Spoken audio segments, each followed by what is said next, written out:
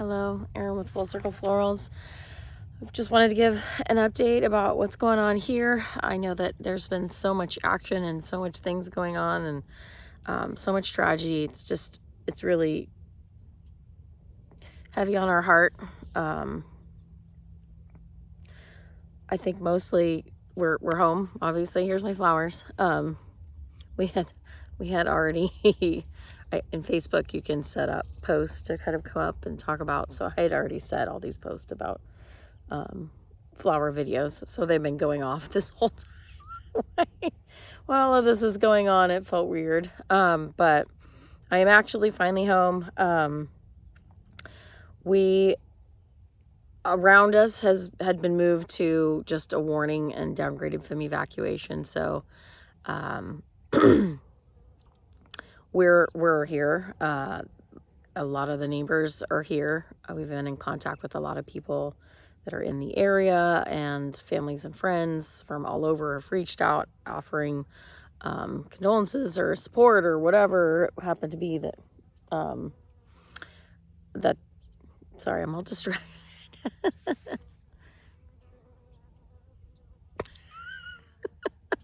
Probably can't even hear that on there. I'm tired. I'm not sure if that's showing. Ultimately, just for our personal update, we're here. Our property's fine. We've been super lucky that there was some kind of actions. It seemed somewhat early on. There was some dozering or along the rock wall and possibly some back burning to keep it from coming this direction. If that's what the information that I've received when I'm looking at the hills from here, it does look like it's burned down pretty low in some of the areas, so that fuel is not there. And so the big concern was whether it would hit the plains here and come the rest of the way this direction, or hit the Deer Creek watershed here and burn down through this vegetation. It does not, at this point, it hasn't done either of those. So we seem to be pretty safe. We are constantly monitoring to the point of kind of fatigue on what's going on, but I really like to know. I'm a data kind of girl. So I've been looking and from multiple sources and trying to understand what's basically going on. Seems like the focus right now is just protecting it going back up onto the ridge for Megallion Paradise. It's been a big concern for me from the beginning with our experiences with the campfire, and then also for me, I've been really worried about it going back to Chester with Dixie Fire concerns. I don't want it to go anywhere really, but me personally, I have people that were up there that, evacuated here when those things happened, or, at least brought their stuff here. And I've been worried about them and them having to deal with this all over again, because I think it needs to be talked about that it is definitely, it's triggering. There's mental health issues that come along with this happening over and over and over again. That is spoken about widely in my own family and with my kids and anyone that's open and honest enough to do that. And I think it's really important to acknowledge that this is a very hard time for so many people because of those things. It's very triggering, and then you have lots of issues. And if you can talk about it and get it out, it's definitely more healthy. So I'm always encourage people to do that. It's kind of loud down here. There's a lot of air traffic. It's loud in the air, but it's actually very quiet there. To me, it seems like there's very few people really just out and about. It almost just feels weird to be out. We've gone out a few times. I'll probably just be staying here for the most part. We are home multiple days early from the trip that we took, so that gives us some time to unwind and unpack and to do some cleanup. There was a little bit of damage from fallen branches from the wind and stuff here, so we'll be doing that. And then also just being cognizant and making some more motions towards weed abatement in some of the areas that we just feel like it was a little dicey. We've been hitting it so hard out here. There's, we have huge swaths that we've fought back as far as grass. So that's kind of what we're focused on now.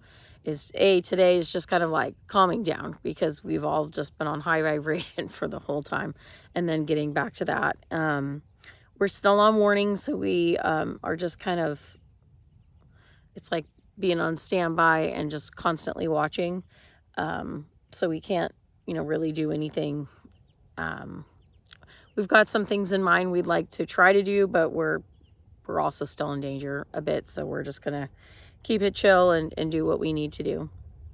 The other really huge one that I have to say, I've already acknowledged it a little bit earlier, but these firefighters and everyone that has been working towards helping with this fire in every way, shape, or form, it's been incredible. They are working hard. We can see it, in every way. We can tell by the updates. They've finally reached 10% containment, which is amazing. This fire did weird things. This fire was scary. There was a lot of extreme behavior. We're not loving that, and they weren't loving that, and that makes it really hard to fight it. So at this point, we're just really hoping that with the weather change today, the humidity has gone way up. The wind is a lot less right now anyways, and the temperatures have dropped a lot.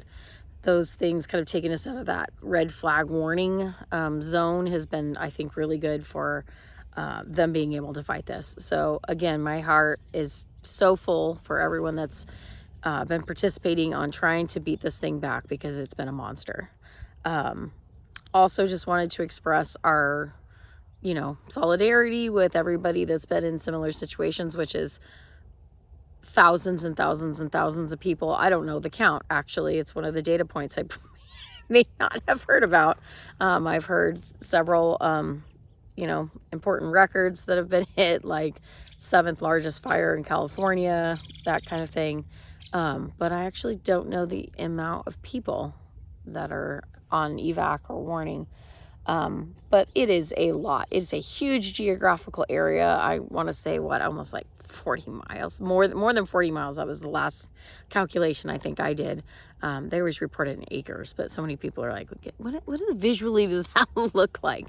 But it's big. It is really large. And for us, because where we live, back behind me here on our, if you just go down our property there, I can see the whole, mountainside, and so it's stunning. This morning it was pretty smoky, so it was hard to see, but I videotaped the whole distance from our point of view, and we've got a kind of a white line that goes along the base and up a little higher in some areas, and then it's black. So that's very hard. So many people have beautiful memories in those hills. There's a lot of historical sites in those areas. Eric's family has, history up in that site. There's so much that's attached to the land here. And that land in particular is very special to the people of this area, the Ishii Wilderness area. And Eric has a lot of family that's had a lot go on up there. So we're heartbroken for everyone who's had losses in, anywhere in this situation. Our heart goes out to you, and we're so very sorry and sad that that's happening. We really are hopeful that they get a clinch on this as soon as possible and get it shut down. I think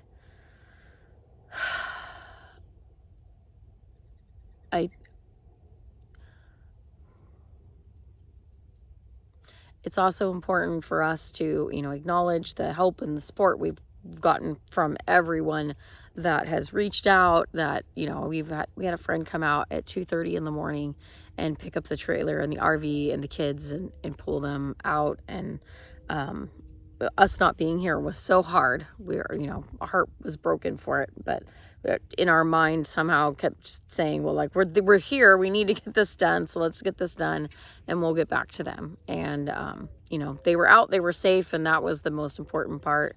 And so now we're just trying to get things picked up, cleaned up, figured out, get us all gathered back together now that Erica and I made the drive home last night, I got home pretty late. This has been a really wild ride. So I'm just wanting to let everybody know that, everyone's got big feelings over this. Even people that are far away. I've got friends reaching out from, Humboldt and, the Bay Area, the far south, all over. And they're all just heartbroken over what is going on. And it feels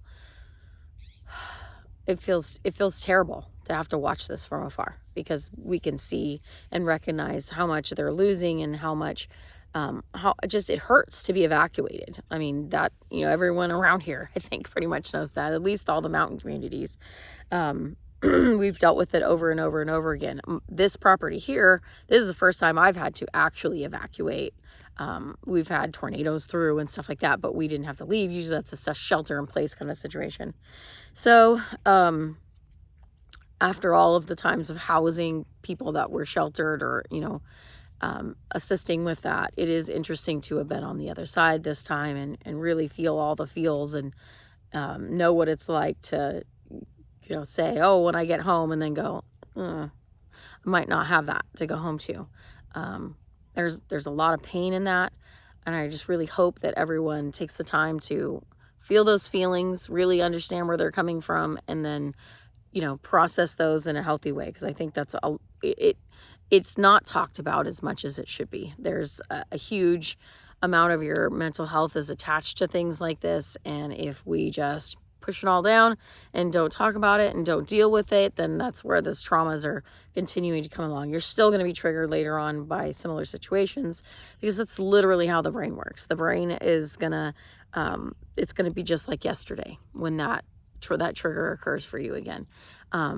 So give yourself that grace of knowing, that it's important to respect that feeling and to, treat yourself with respect, give yourself some rest. We literally, I can tell, like, the whole family, we're just like, we're so tired, because for different reasons. I mean, the boys, because they just crammed all this stuff, and we're in this high, adrenal, like, rush. So they're slowly coming down off of that, and we're trying to respect that and give them that space that they need to do that, and do the same for ourselves, because we know we're kind of in that same moment, so that we can then get back in the game and do what we need to do for the ranch here to protect it, and then to assist other people if it becomes possible for us. We, at this point, I mean, we love to host people to park RVs and whatever, but we're still in warning, so I can't safely do that in my heart. But if that is lifted and we're able to do that, we would love to do that, because that's, that's where we've always been, with our hearts. And so it's just kind of hard waiting for that to become that reality, so that we can assist with that. But there's a lot to be done, and I'm keeping all of my appointments. So those start again, I think Tuesday. I've got like VIPs and trickles throughout the week. And then Saturday and Sunday, or Friday and Saturday, will be just kind of generally open. I'm encouraging appointments, but, if you just want to come, and then we put the signs down at the highway too, so people driving by can see it. I don't know how many people are driving around for pleasure, but I think it's a super smart thing to come get flowers for yourself, because it makes that mental health boost is scientifically proven. Like, if you can have flowers sitting around, or caring for plants, or have a garden, there's a definite mental boost from that kind of a thing. And I'll tell you what, these flowers haven't been affected by this anyway. In fact, I came home and it was like, it's incredible. I mean, the blooms, and like, look at this one right here. It's insane what they're doing out here. So it's almost like they're, in reaction. They're like, okay, we're going to step it up. It's been really crazy. And it's a pleasure for me. I got to come out this morning and check on everybody and just kind of ramble about in here. And that felt really special. But I want to be able to share it with anybody that wants to come out and check it out as well. And then take a bit of these home with you, so you can enjoy them at home. So if you are wanting to come out and visit, that would be awesome. Go onto the website, I've said it a million times, but the www.fullcircleflorals.com, we are going to be open. So, and we encourage you to come out and get some mental health flowers, because Lordy knows I need them. In fact, I'm going to snag just a few before I leave. Oh, I might go out to the other garden actually and take them from them. I didn't get to go out last night or yet today, but when I looked out the window just now, I realized that the sunflower that I've been tracking and doing, you know, the big giant one, I think it's like 25 feet tall now. It might be a record breaker. I don't even know. It's so huge, and now it's blooming. So I'll probably get some footage of that too. So thank you everybody for reaching out. Thank you for listening to my rambling diatribe here about this, but this is an unprecedented situation, so I felt it was really important to capture that. I mean, we've been really diligent about capturing all the other moments that we've been going through here. So this one is definitely going to be monumental, momentous. I'm not sure what word that would be. Some word in there that has an M and means like this is a big deal. It's a big deal. It's a big deal for us. It's a big deal for our neighbors. It's a big deal for people all over.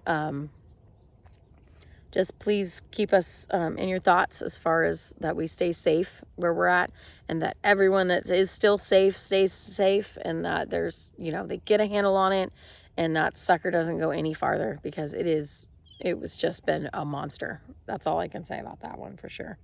So we will be updating soon. Until then, everyone, safe, safe, safe. Thanks for all the concern. Thank you for all the hard work that all of the firefighters and anybody that's assisted with the effort. No matter who you are, near or far, it's been a blessing. So thank you for that, and watch us grow.